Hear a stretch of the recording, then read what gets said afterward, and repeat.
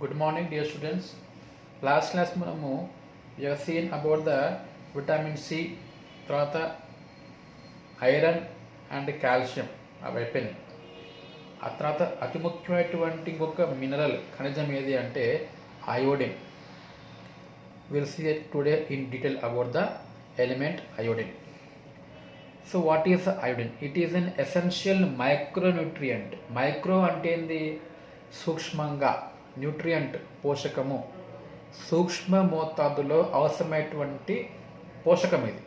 దానికి మనం ఏమంటున్నాం? మనము మైక్రో న్యూట్రియంట్ అంటాం. It is a nutrient which is essential in a very small quantity, కాబట్టి we call it as micro nutrient. ఎందుకు మనకు అవసరం పడుతుంది? ఇది రిక్వైర్డ్ ఇన్ మైన్యూట్ అమౌంట్స్, చాలా తక్కువ మోతాదులో కావాలి. ఎందుకొరకు? For the normal growth and development and well being, సాధారణ పెరుగుదల మరియు అభివృద్ధికి అవసరం పడుతుంది. ఇంకేందుకు అవసరం ఇక్కడ అంటే for the synthesis of thyroid hormones. Thyroid నుంచి వచ్చేటువంటి కొన్ని హార్మోన్స్ ఉంటాయి, T3 అండ్ T4 అంటాం. ట్రై అయోడో థైరోనిన్, ఇంకొకటి థైరాక్సిన్. అవి ఏర్పడాలి అంటే కావాల్సిన ముడి పదార్థం ఏమిటి? అయోడిన్. ఓకే, ఇంకేం చేస్తుంది? అది కంట్రోల్ ఆఫ్ బిఎంఆర్ అంటాం. బిఎంఆర్ అంటే బేసల్ మెటబాలిక్ రేట్. మన బేసల్ మెటబాలిక్ రేట్, మెటబాలిజం యొక్క రేట్ని కంట్రోల్ చేస్తుంది. ఒకవేళ అది పెరిగితే ఏమవుతుంది? మనము ఉబ్బెక్కిపోతాం, ఊబకాయం వచ్చేస్తుంది, లావ్ అయిపోతాం.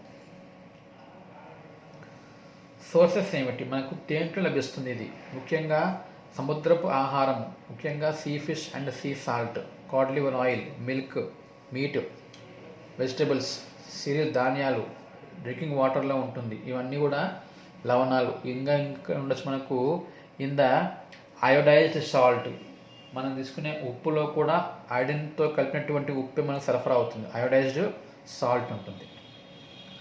సో చికిత్స పరంగా మనం ఇది ఎక్కడ వాడతాం? మనం ఎవరిని? అయోడిన్ని. It is used as an alkalizing agent. Alkalizing agent అంటే ఏంది?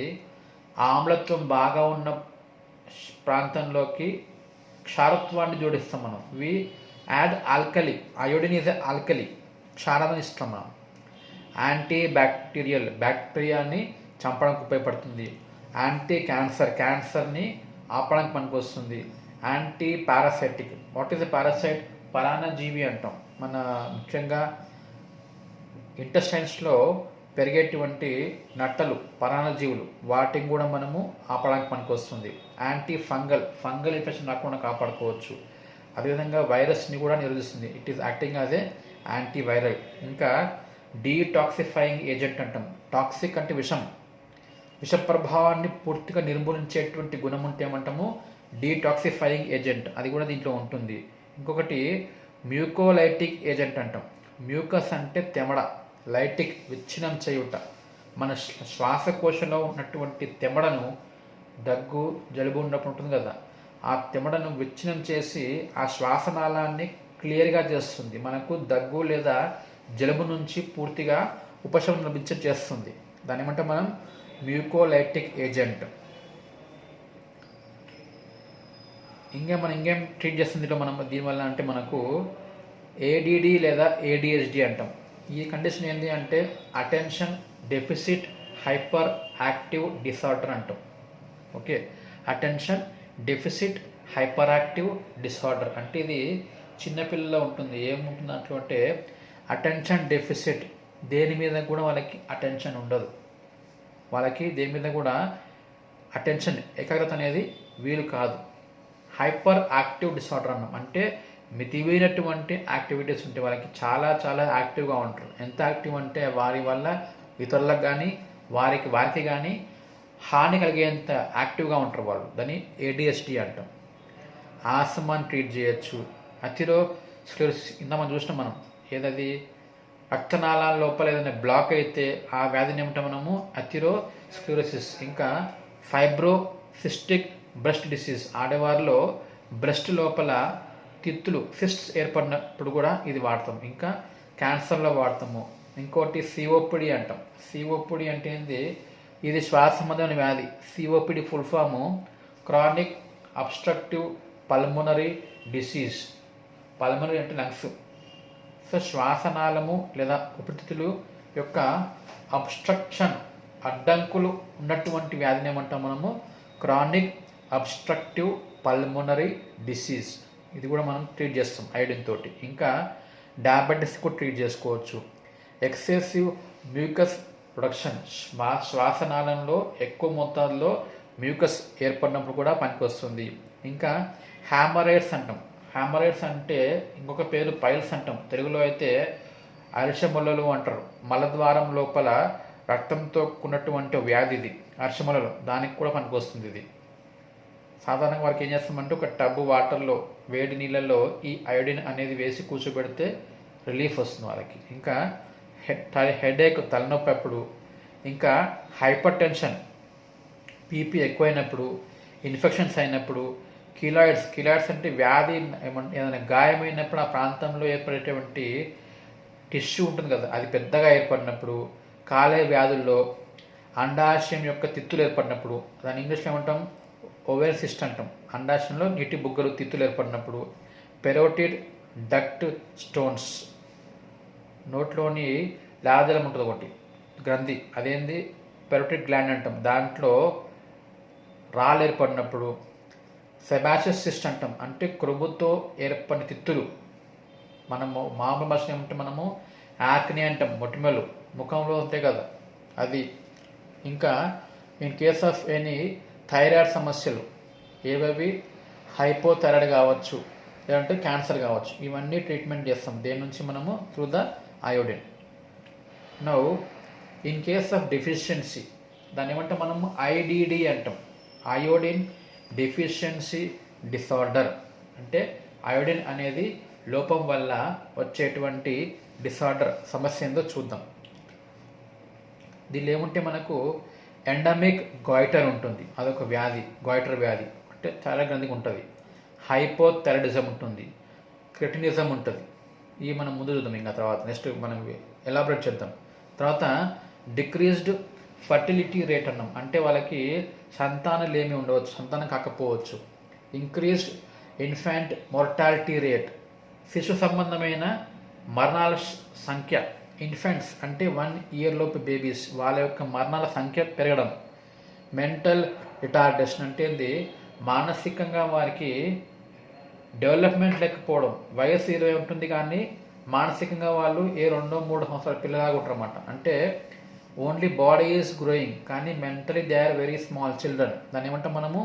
Mental retardation. వీళ్ళు పిచ్చోళ్ళు కాదు, మళ్ళీ పిచ్చోళ్ళు అంటే స్థిమితం కోల్పోయి తేడాగా ప్రవర్తిస్తారు. వీళ్ళు అట్లా కాదు, డెవలప్మెంట్ లేక చిన్నపిల్లలాగా ఉండిపోతారు. దిస్ ఈజ్ మెంటల్ రిటార్డేషన్, ఆగిపోవుట. ఇదిగోండి, ఇదేమో ఎండమిక్ గాయిటర్. ఇందా ఫస్ట్ చూసినాం కదా, ఎండమిక్ గాయిటర్. ఓకే, అంటే ఏంది? Enlargement of thyroid gland. It is the enlargement of thyroid gland ఏమంటాం మనము? ఎండమిక్ గాయిటర్ లేదా గాయిటర్ అంటాం. తర్వాత ఈ ఎండమిక్ గాయిటర్కి ఉన్నటువంటి లక్షణాలు ఏమో చూద్దాం. ఫస్ట్ ఏంది? Patients may complain of symptoms like hoarseness. Hoarseness అంటే ఏంది? గొంతు బొంగురు పోవడం, గొంతు అంతా రాకపోవడం, బయటికి మాట రాదు, బొంగురుపోతుంది. అని ఏమంటే మనం హార్స్నెస్ అంటే లాస్ ఆఫ్ వాయిస్. ఇంకా షార్ట్నెస్ ఆఫ్ బ్రెత్, ఊపిరి కష్టంగా ఉంటుంది, శ్వాస తీసుకోవడం ఇబ్బంది అనిపిస్తుంది. కఫ్, దగ్గు ఉంటుంది. ఇంకొకటి డిస్ఫేజియా అంటాం. డిస్ఫేజియా అంటే ఏంది? డిస్ అంటే ఇబ్బందితో ఉన్నటువంటి, ఫేజియా అంటే మింగడం. సో వాళ్ళకి స్వాలోయింగ్, మింగడం కష్టంగా ఉంటుంది. మింగేప్పుడు ఉండేటువంటి ఇబ్బంది ఏమంటాం మనము? డిస్ఫేజియా అంటాం. ఇవి దీంట్లో ఉంటాయి లక్షణాలు. ఇదిగోండి, ఇది ఎండమిక్ గాయిటర్. గొంతు దగ్గర ఉన్నటువంటి థైరాయిడ్ గ్రంథి ఏమైంది? ఎన్లార్జ్మెంట్, పెద్దగా అయింది. This called as goitre. ఇంకా హైపోథైరాయిడిజంలో లక్షణాలు ఏముంటాయి? హైపోథైరాయిడిజం అంటే ఏంది? థైరాయిడ్ నుంచి వచ్చేటువంటి 2 హార్మోన్స్ ఉన్నాయి, T3 అండ్ T4. అవి ఉత్పత్తి కావు, తగ్గిపోతాయి.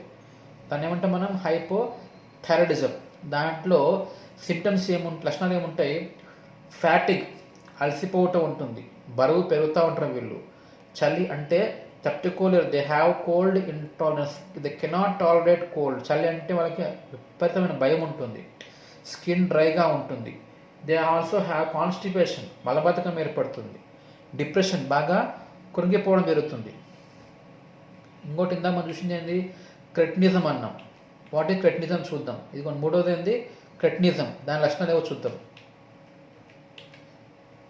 దీంట్లో ఏముండవచ్చు, నాడీ సంబంధమైన లక్షణాలు ఉండవచ్చు. ఏవవి, మెంటల్ రిటార్డేషన్ అంటే మానసికంగా వాళ్ళ యొక్క డెవలప్మెంట్ ఆగిపోవుట, వయస్సు ఎక్కువ ఉంటుంది కానీ మానసికంగా వయస్సు తక్కువ ఉండడం.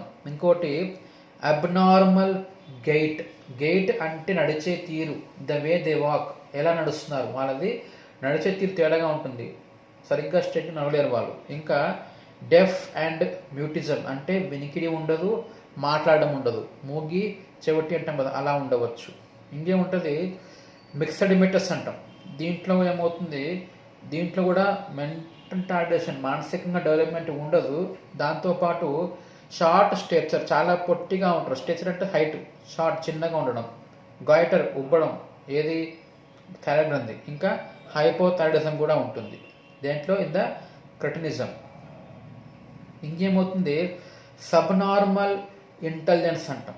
అంటే ఏంది, ఇంటెలిజెన్స్ తగ్గిపోతుంది. వాళ్ళకి సాధారణంగా ఉన్నటువంటి మానసిక సామర్థ్యం, కెపాసిటీ అనేది తగ్గిపోతుంది. Delayed motor mile stones. Mile stones అంటే ఏంది, సాధారణంగా మైల్ రాయిలు అంటాం. అంటే ఏంది, పుట్టినప్పటి నుంచి క్రమక్రమంగా మనలో ఉన్నటువంటి మార్పులు. ఫర్ ఎగ్జాంపుల్, పుట్టినప్పుడు బేబీ పడుకొని ఉంటాడు. ఆఫ్టర్ 2 months ఏమవుతుంది, తలను స్థిరంగా పెట్టగలుగుతాడు పడిపోకుండా. ఆఫ్టర్ 4-5 months 6 monthsకి మెల్లగా బోర్ల పడడము, కూర్చోవడం ట్రై చేయడము. 8-9 monthsకి ఏదైనా పట్టుకొని లేచి నిలబడి ట్రై చేయడము. 1 yearకి వాకింగ్ చేయగలగడము. 2 yearsకి రన్నింగ్ చేయడము. 2.5 yearsకి మాటలు రావడము. ఇవన్నీ మైల్ స్టోన్స్. ఓకే, సో అవేమవుతాయి, వీళ్ళకు డిలే అయిపోతాయి, అంటే స్లోగా అయిపోతుంటాయి.